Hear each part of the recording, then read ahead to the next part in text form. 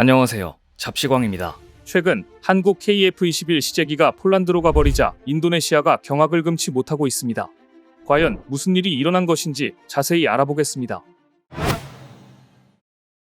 최근 방위사업청이 국회 국방위원회에 참석해 KF-21 공동개발자인 인도네시아의 미납금, 미납 문제에 대해 국회의 질의를 받았습니다. 이 과정에서 여전히 분담금이 9,600억 원이나 미납되어 있고 2026년까지 미납하면 개발 사업의 차질이 빚어질 것이란 우려가 제기되면서 이제 우리 국회 차원에서도 인도네시아의 목리를 더 이상 봐줄 수 없다는 공감대가 형성되었습니다. 방위사업청은 인도네시아 국방부의 핵심 인사들이 분담금 지급에 대한 강한 의지를 표현했으며 개발 사업을 좌초시키지는 않을 것이라고 대답했으나 우리 국회는 전투기는 탐인하고 돈은 내지 않는 인도네시아의 태도에 대해 이제는 외교적 압박이 필요하다는 의견을 강력히 피력했습니다. 이처럼 미납금을 계속 미루는 인도네시아에 단단히 화가 난 한국은 결국 단호한 모습을 보여주었습니다.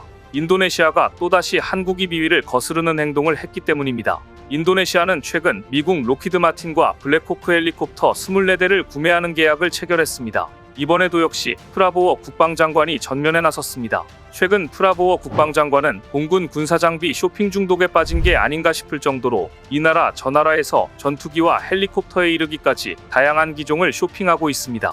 프랑스로부터 라팔 전투기 42대, 카타르에게 미라주 전투기 12대, 미국 로키드 마틴으로부터 블랙호크 헬리콥터 24대까지, 더구나 튀르키의 바이락타르 드론 12대, 미국 보잉사의 F-15EX 등 눈대중으로만 봐도 30조 원이 넘는 돈을 들여 공군 군사 장비를 쇼핑했습니다. 이게 과연 미납금을 낼 돈이 없다고 앓는 소리를 하는 나라의 행보인가 할 말을 잊을 정도입니다. KF-21의 공동개발국으로 이름을 올린 인도네시아는 2022년까지 납부하기로 약속한 1조 2044억 원 중 불과 19.6%인 2,366억 원만 납부했습니다. 지금 미납액이 9,678억 원이라면 이건 뭐잖아 미납액이 1조 원에 달한다는 이야기입니다. 이런데도 3조 원에 달하는 무기구매 계약을 추진하다니 프라보워 국방장관의 행태는 한국이 도저히 묵과할 수 없는 상황에 도달했습니다.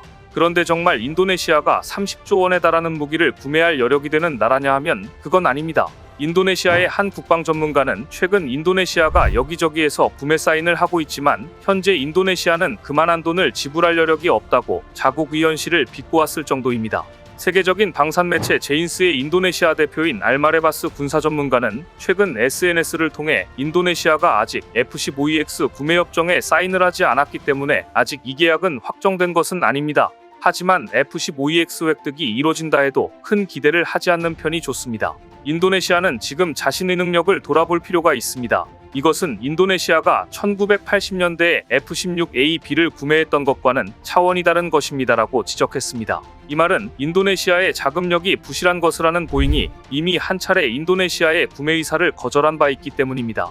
이후 인도네시아의 프라보워 국방장관이 블랙호크 헬리콥터 계약을 추진했다고 보도되자 알마레바스는 또다시 SNS를 통해 F-15EX 구매 프로그램은 인도네시아 블루북에 등재되어 있기는 하지만 블랙호크 구매는 애초에 블루북에도 없습니다. 인도네시아 재무장관은 블루북에 등재된 프로그램만 승인할 것인데 말이저라며 프라보워 국방장관을 은근히 까는 말을 하면서 24대의 블랙호크 헬리콥터를 구매하기 위해 법까지 어기면서 돈을 지불하지는 않을 것입니다.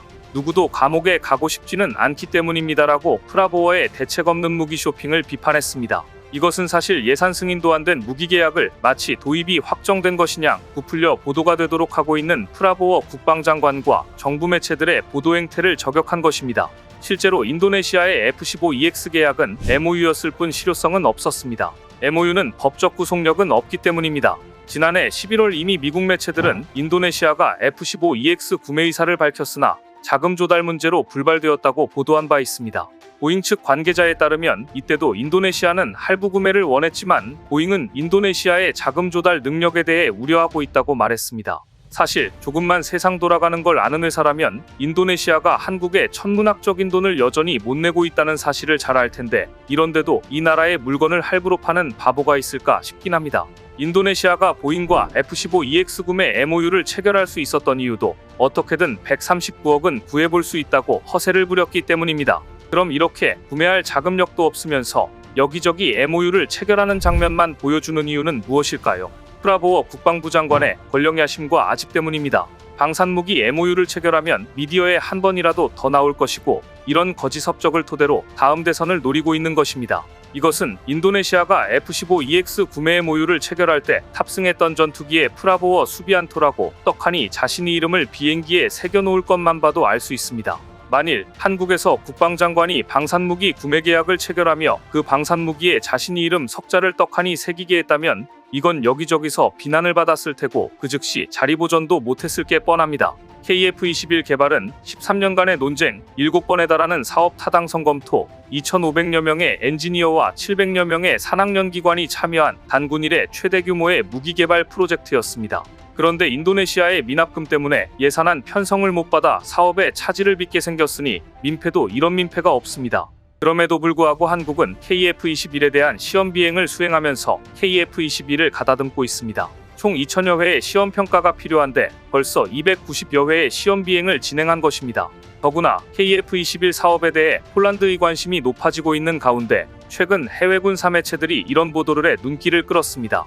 폴란드에서 곧 개최되는 국제 31회 국제 방위산업 전시회, 즉 MSPO에서 한국은 주도국으로 특별한 역할을 담당할 예정인데 이 자리에서 한국은 해외에서는 최초로 KF-21을 전시할 예정이다.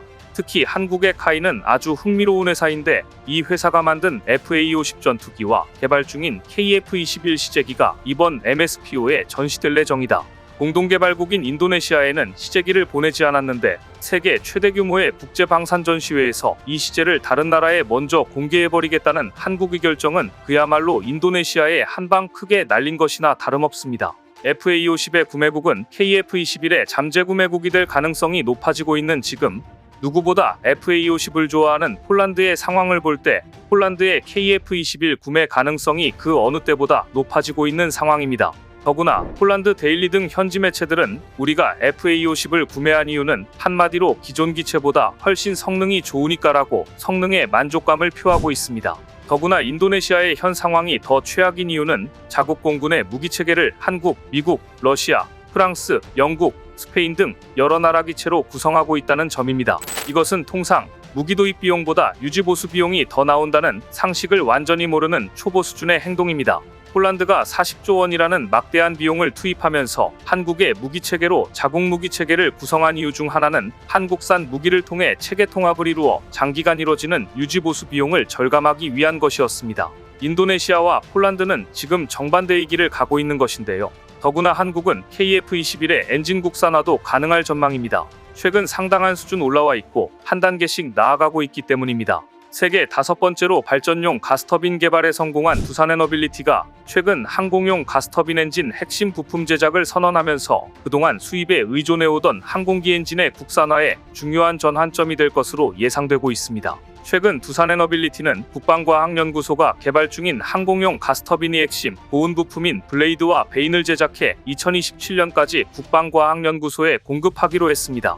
항공용 핵심 고온 부품인 블레이드는 그동안 극히 일부 국가에서만 제작할 수 있는 기술을 갖고 있어 한국도 수입에 의존해야 했으나 앞으로 두산과 국과연이 공동으로 개발에 박차를 가한다면 앞으로 한국이 항공용 엔진까지 국산화할 날이 머지않을 것으로 전망되고 있습니다.